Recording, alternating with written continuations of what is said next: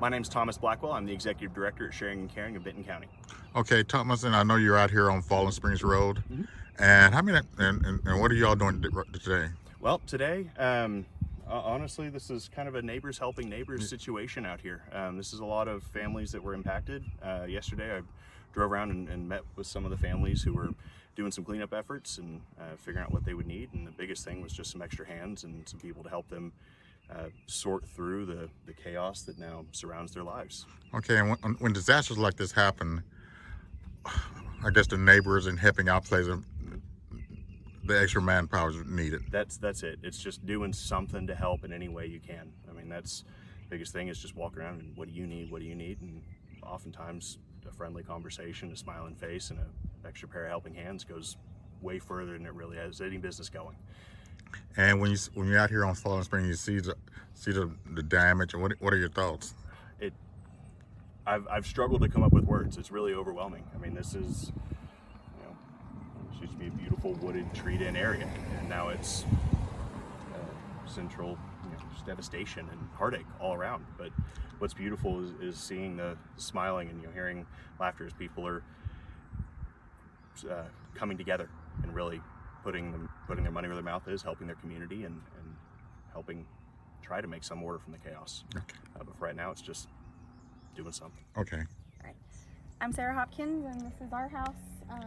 I was here with my two boys, Morgan and Gage. They're almost 12 and almost 14. My husband's a firefighter, and he was at work at XNA Airport as a firefighter. And we were in the house, in a hallway. And when the roof started coming off, I had pillows over my kids, and I think I said, "We're gonna be okay," about 50 times. And they had their heads covered, but I was kind of watching the roof leave and the windows on the back side break out, and it was just really scary. This was a shop, or a shed, with a lot of like our memory things in it, and our wedding stuff, and boys' baby stuff. And I see that's a little shop back there too. Yeah, this is like where my office was, and we like had a pool house. Okay. Because we have a pool right there. It took probably about 3 hours for my husband to get home, and the phones weren't working. So I tried calling him, and I could hear him, but he couldn't hear me. And that was really scary for him, I think, because he didn't know if we were okay. And it took a very long time for EMS and family to get in. The people were walking in over trees, trying to climb over trees, and he's got gashes on his legs from that. The smoke detectors were going off right after it happened, and I was like, oh great, there's a fire now. So but what had happened was the water was coming in so much that it was flooding the smoke detector, and really like that was scary for my boys, because they were like, oh, there's a fire now, and we couldn't leave the house. Like, there was a tree in front of the door. So, but none of you were injured? Nope. I broke a nail. Okay. We were not injured. But we have a lot of, friends that are family out here, and we've been trying to help them as much as possible. So while you're going through this, you're still trying to help your neighbors? Like I mentioned donations out on social media, and some people have brought some stuff, and it's small, but we got sunscreen, and I went and sprayed some people with sunscreen. So, but there's been a lot of, it's amazing how many people have asked to help. One group came and just, cleared out all the trees, and really just small things. And you were saying your house, the roof is off, but there's also structural damage now. Yeah, so my son's bedroom, if he would have been in his bed, the ceiling collapsed on it. On his bedroom, it's this one right here. And then my other son's, his ceiling's about to collapse because the water damage. And then we're looking, you can see daylight even on this side, and the house shifted. Yeah. So it's like cracked all the way down the middle. So I don't think it's going to be saved, but we've had a lot of memories here, and I've been here for 20 years. So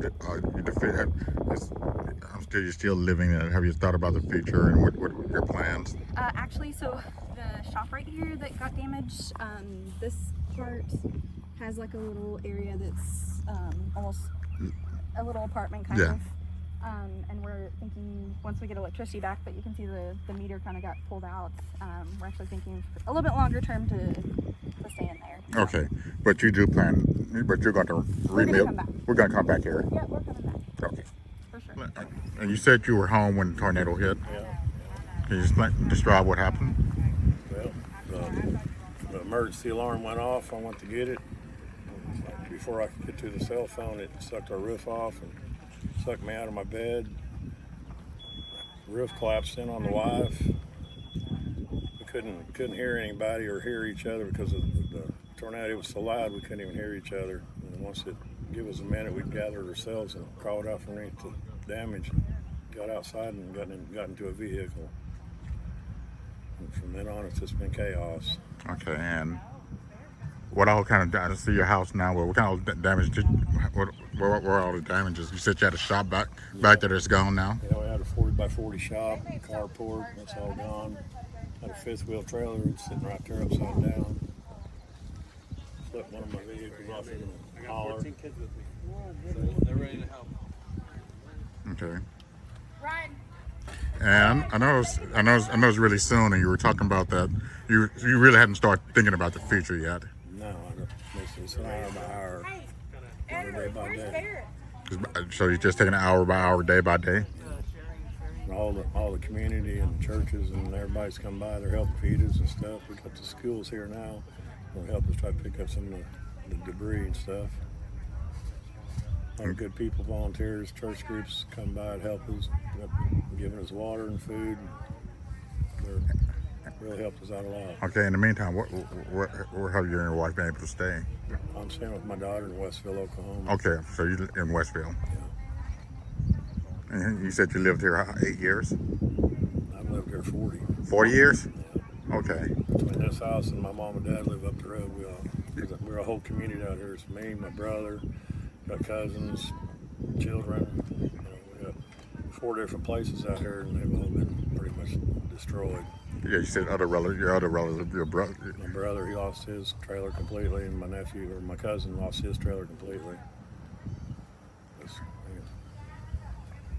It's total chaos is what it is.